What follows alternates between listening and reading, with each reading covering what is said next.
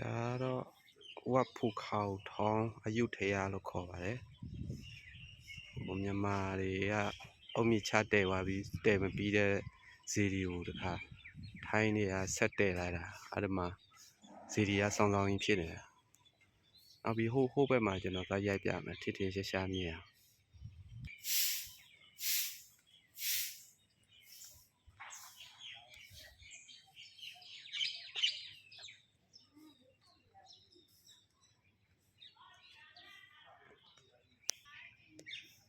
ဒီဗီဒီယိုကပေါက်တယ်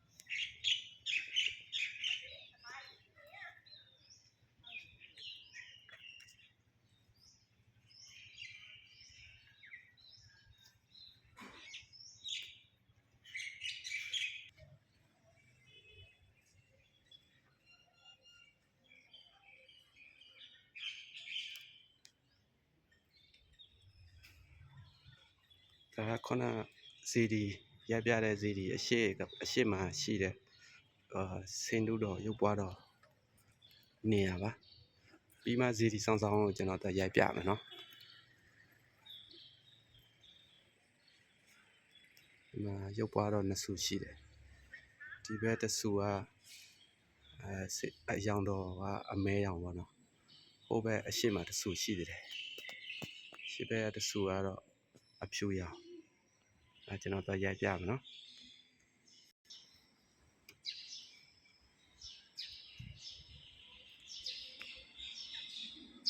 ဒီဘက်မှာတစ်ဆူရှိပါတယ်အဖြူရောင်ရုပ်ပွားတော်နဲ့အမဲရောင်ရုပ်ပွားတော်နှစ်ဆူပေါ့နော်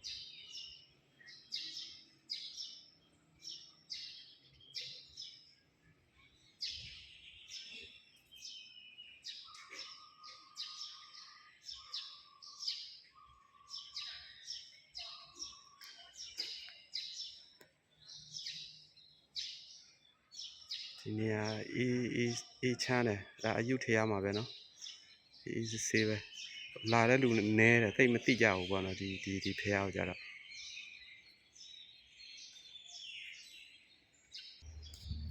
ကဲဒီဘက်မှာဒီဘက်သစ်ပင်ကလည်းကွယ်နေတယ်ဗျရိုက်ပြစောင်းနေတယ်တို့လားဇီဒီကနည်းနည်းစောင်းနေရှေ့မှာတထရိုက်ကြည့်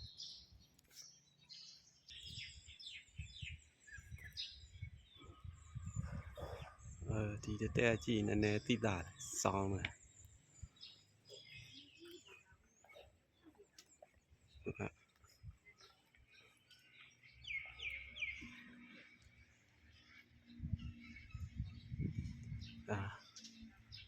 မြန်မာကအုတ်မြစ်ချတဲသွားပြီးတဝက်လောက်မှတခါစစ်ရှုံးပြီးပြန်သွားတော့တခါထိုင်းတွေကဆက်တဲလိုက်တဲ့ဇီဒီပါအဲ့ဒါဖះတဲ့ပညာရှင်ချင်းမတူလို့လားမသိဘူးမှာစောင်းကြီးဖြစ်နေတာဇီဒီကအယုထရမှာပါဒါဝက်ဖူခေါင်ထောင်းလို့ခေါ်ပါတယ်ဝက်ဖူခေါင်ထောင်းအယုထရပါကဲအားလုံးဒီလောက်ပဲနော်တကယ်ချင်းမိတ်ဆွေပေါ်တာတို့ကျွန်တော်ဗီဒီယိုဒီလောက်ပဲဆုံးသတ်လိုက်ပါမယ်